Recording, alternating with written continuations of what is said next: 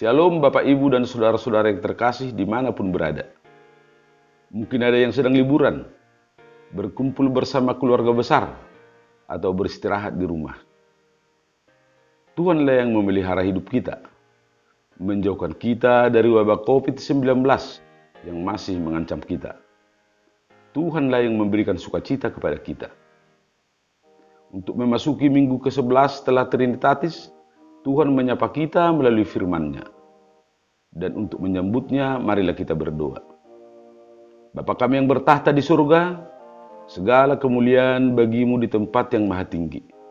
Pada saat ini kami akan mendengarkan firman-Mu. Kiranya Roh Kudus menguasai hati dan pikiran kami. Di dalam nama anak-Mu Yesus Kristus, kami berdoa dan mengucap syukur.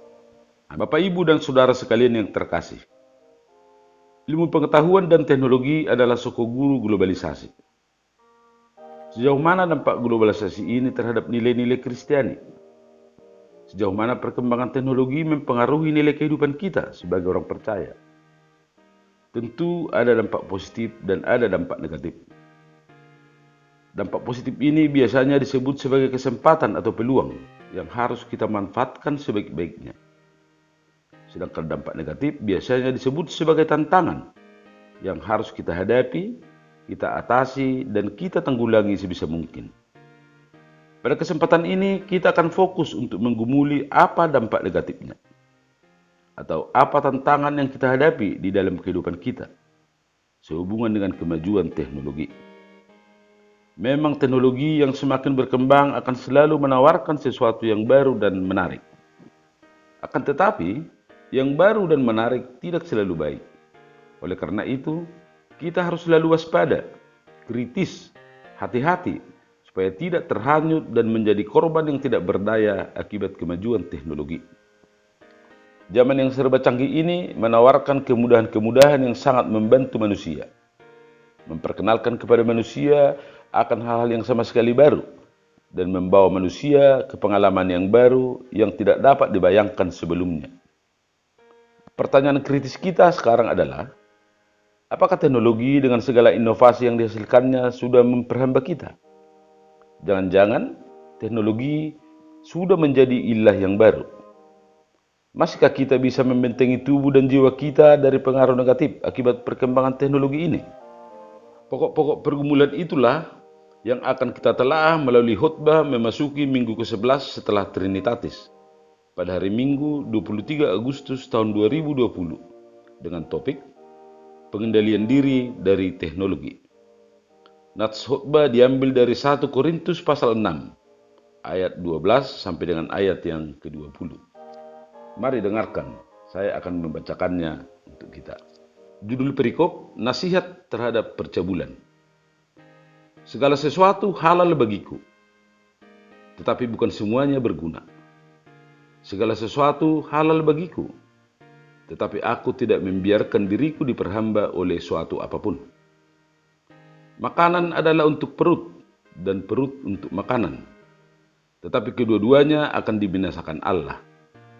Tetapi tubuh bukanlah untuk percabulan, melainkan untuk Tuhan, dan Tuhan untuk tubuh.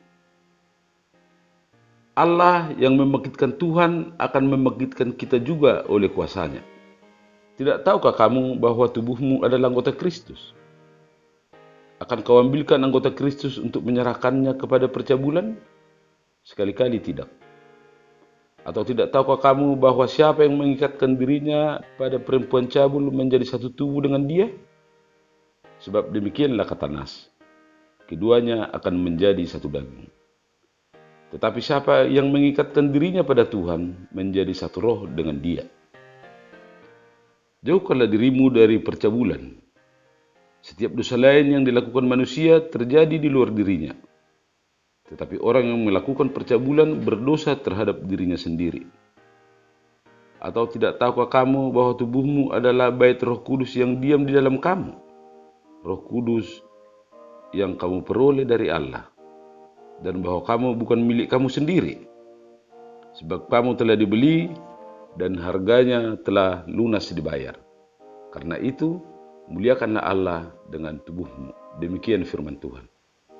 Bapak, Ibu, dan saudara sekalian, Pandangan atau nilai-nilai yang dianut oleh jemaat Korintus sebelum menerima Injil bahwa tubuh dan roh manusia adalah dua hal yang terpisah. Roh adalah kekal dan tubuh adalah fana. Tubuh tidak ada kaitannya dengan hidup kekal. Atas dasar pandangan itulah, jemaat Korintus menganggap bahwa tubuh dapat diperlakukan sesuka hati dan sebebas-bebasnya. Dan dalam konteks pembacaan kita, mereka bebas melakukan percabulan atau perzinahan. Rasul Paulus menolak pandangan itu dan menjelaskan arti kebebasan Kristiani dan apa pengertian tubuh yang benar menurut ajaran Kristen. Yang pertama, tentang kebebasan. Kebebasan haruslah untuk hal-hal yang berguna. Kebebasan haruslah di dalam ketaatan kepada Allah. Sebab kebebasan tanpa ketaatan adalah perbudakan. Kebebasan haruslah berdasarkan atau sesuai dengan kehendak Allah, sebagaimana tertulis di Galatia pasal 5 ayat 13 berikut ini. Saudara-saudara, memang kamu telah dipanggil untuk merdeka. Tetapi janganlah kamu mempergunakan kemerdekaan itu sebagai kesempatan untuk kehidupan dalam dosa. Melainkan layanilah seorang akan yang lain oleh kasih. Demikian firman Tuhan. Yang kedua, mengenai tubuh. Menurut Rasul Paulus, tubuh memiliki arti yang jauh lebih mulia dari sekedar jasmani atau daging.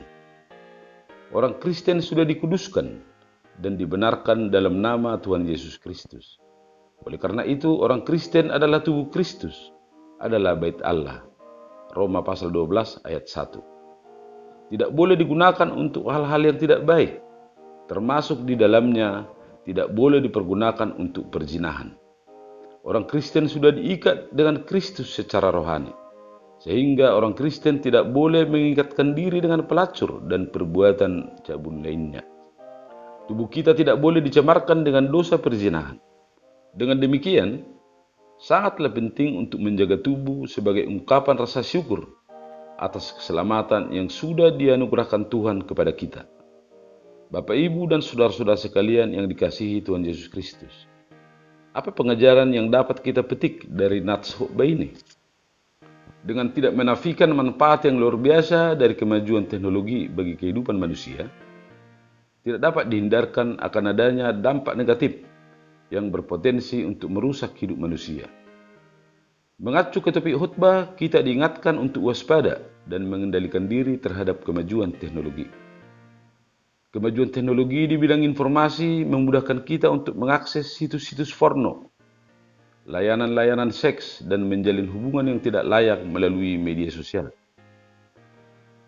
Dampak negatif yang nyata dari hal-hal ini adalah perceraian, perselingkuhan, dan tindak kriminal. Kemajuan teknologi di bidang medis juga sudah mampu menghasilkan bayi tabung.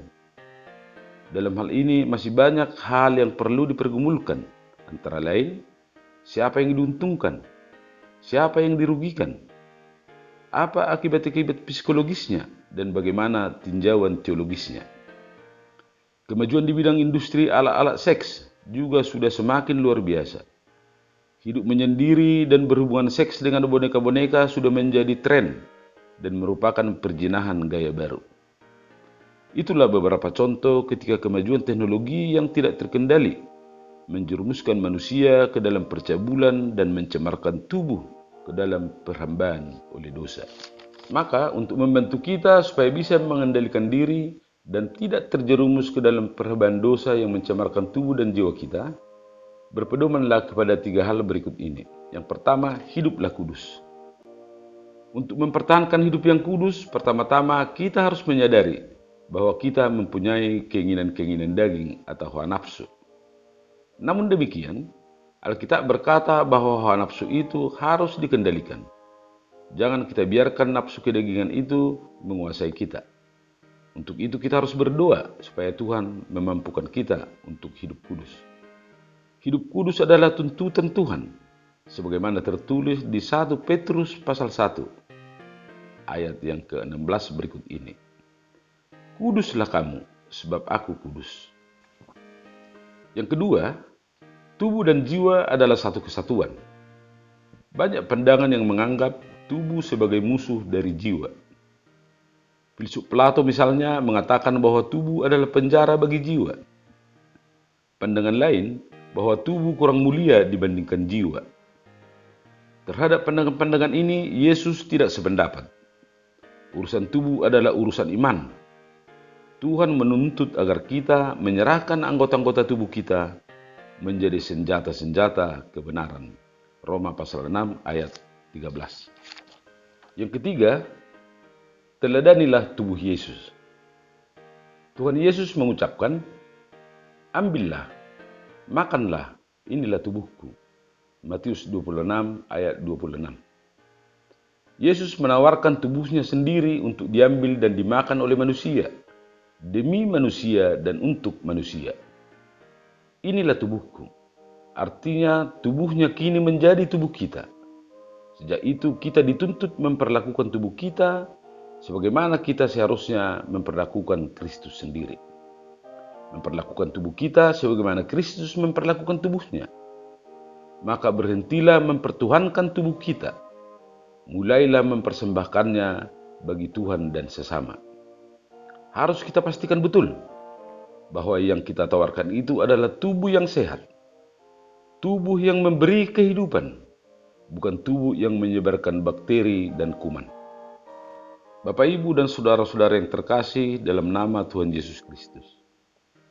Di akhir khotbah ini sekali lagi kita diingatkan untuk menjaga tubuh kita supaya tetap kudus. Bentengi dari perhambaan oleh dosa. Kendalikan diri terhadap teknologi. Kendalikan teknologi dan pergunakanlah teknologi untuk kemuliaan Tuhan.